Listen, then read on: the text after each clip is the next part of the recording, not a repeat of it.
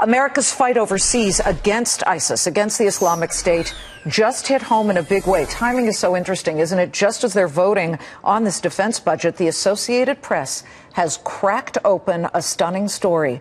And it really hits at the #1 fear of so many Americans.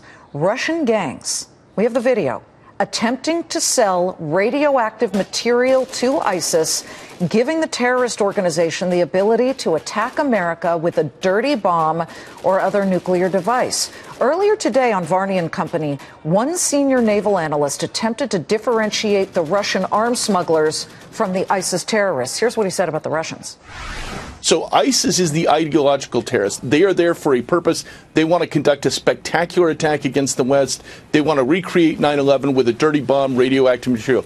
ISIS, those are ideological terrorists. The transactional terrorists are people who supply or support or take care of ideological terrorists simply on the basis of money. In this case, these criminal gangs out of Eastern Europe, out of Belarus, out of Ukraine, they're looking for a payoff. They are dealing with ISIS on that basis. I think he's wrong, okay? I think he's wrong. He says that the Russians really only want a payoff and they don't care about how they get it. Well, if he read some of the released wiretaps, well, we'd see that he is wrong. Look at this. One of the busted Russian gangsters giving his reasons for pushing the nuclear material. Quote, I really want an Islamic buyer because they'll bomb the Americans. Does this really sound like the Eastern gangsters are just transactional terrorists? With me now, former Army Vice Chief of Staff and retired four-star General Jack Keane, Fox News military analyst. General, this is extremely disturbing, obviously, but timing is everything. The vote comes just as the AP breaks this story. Does it change anything about the defense budget and what this country needs to do? No, it'll have absolutely no impact on the defense budget.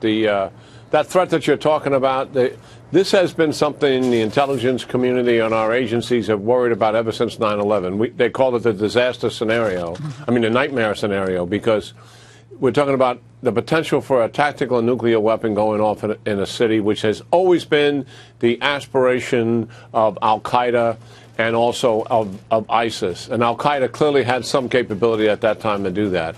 And this, in terms of the material itself, you would have to fashion that into some kind of an explosive device that can be done by engineers and also potentially very dangerous. This truly gets the attention of intel agencies, and we get lots of cooperation from other intel agencies around the world on this very subject. Well, let's give props to Moldova, a small breakaway nation that worked with our federal agents, and here's what they got. Enough to contaminate several city blocks if it were made into a dirty bomb. Working together with our federal agents, it was bomb-grade material, uranium, even plutonium. Here's this video. This is all what they got, those chunks of brown stuff. That is plutonium and uranium. The ringleaders, this is what bothers me, General. The ringleaders escaped with the material. They only got the middlemen. Is that material, A, still on the black market, and B, could it by now be in the hands of ISIS? I have no way of knowing, but I do know this, that everybody's on top of this. And this is in the public domain, and I have no problem with being there because I think it gets the American people to remind themselves that how dangerous this threat is that's out there, that we have a tendency to keep a distance because we want to live our normal lives. But there's been a lot of intersection and intervention with these people that have never been made public. That's the truth of it, and that's a good thing. These guys are old school Soviet former guys who got their hands on all of this leftover plutonium and uranium. I'm just wondering what Vladimir Putin is thinking about all of this. I mean, you have to know that Putin, back when he was running the Soviet offices in East Germany and Berlin fell, 1990, he was 37 years old. He watched as the Berlin Wall came down, as protesters stormed. They hated the Stasi, the German secret police. It was just awful what happened to all of the innocent people who were there.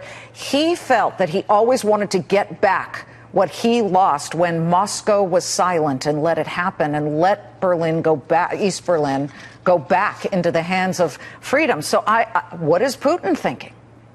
Well, listen. Does he hate these guys? Is he worried? Does he love them? They're trying to kill us. His number one concern in terms of threat is what he calls militant Islam. It's radical Islam. He is very concerned about it. The reason he's in a strategic alliance with Iran, everybody's focusing on what he's doing in Syria, but the strategic alliance with Iran is considerably more significant in terms of what is going to impact every country in the region. Why he's having that alliance with Iran? Because he's concerned about the radical Islamists south of his border, and it's in the southern part of his country where he has the problem. He has been focused on this from the day he took office. Well, his old buddies in the Soviet Union are selling it. They're selling it to people who could set something off here in America. General Jack Keane, thank you so much. We appreciate it. Good talking to you, Liz. We have